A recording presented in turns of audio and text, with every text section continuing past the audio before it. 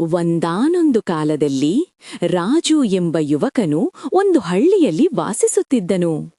ಒಂದು ದಿನ ಆತನಿಗೆ ಅಚ್ಚರಿಯೊಂದು ಸಿಕ್ಕಿತು. ಹಳ್ಳಿಯ ಸಮೀಪದಲ್ಲೇ ಪುರಾತನ ಖಜಾನೆ. ಈ ಸುದ್ದಿ ಯಾರಿಗೂ ತಿಳಿಯಬಾರದು ಎಂದು ಆತ ತನ್ನ ಮನಸ್ಸಿನಲ್ಲಿ ಪ್ರತಿಜ್ಞೆ ಮಾಡಿದ. ಆದರೆ ಆ ರಹಸ್ಯವನ್ನು ತನ್ನ ಹೃದಯದಲ್ಲಿ ತುಂಬಿಕೊಂಡು ಇರಲು ಅವನಿಂದ ಆಗಲಿಲ್ಲ. ಅವನು ತನ್ನ ಅತಿ ಪ್ರಿಯ ಗೆಳೆಯನಿಗೆ ಹೇಳಿದನು, ಈ ವಿಚಾರವನ್ನು ಯಾರಿಗೂ ಹೇಳಬೇಡ, ಇದು ನಮ್ಮಿಬ್ಬರ ನಡುವೆ ಮಾತ್ರ.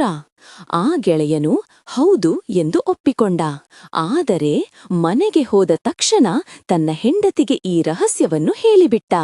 ಅವಳು ಆ ಸುದ್ದಿ ತನ್ನ ಅಕ್ಕನಿಗೆ, ಅಕ್ಕ ತನ್ನ ಸ್ನೇಹಿತೆಗೆ, ಹೀಗೆ ಹಳ್ಳಿ ತುಂಬ ಈ ರಹಸ್ಯ ಹರಡಿತು. ಕೊನೆಯಲ್ಲಿ ರಾಜುವಿಗೆ ಅರಿವಾಯಿತು, ತಾನು ತನ್ನ ರಹಸ್ಯವನ್ನೇ ಕಾಪಾಡಿಕೊಳ್ಳಲಾಗದಿದ್ದರೆ ಇತರರಿಂದ ನಂಬಿಕೆ ನಿರೀಕ್ಷಿಸುವುದೇ ಹೇಗೆ ಸಾಧ್ಯ?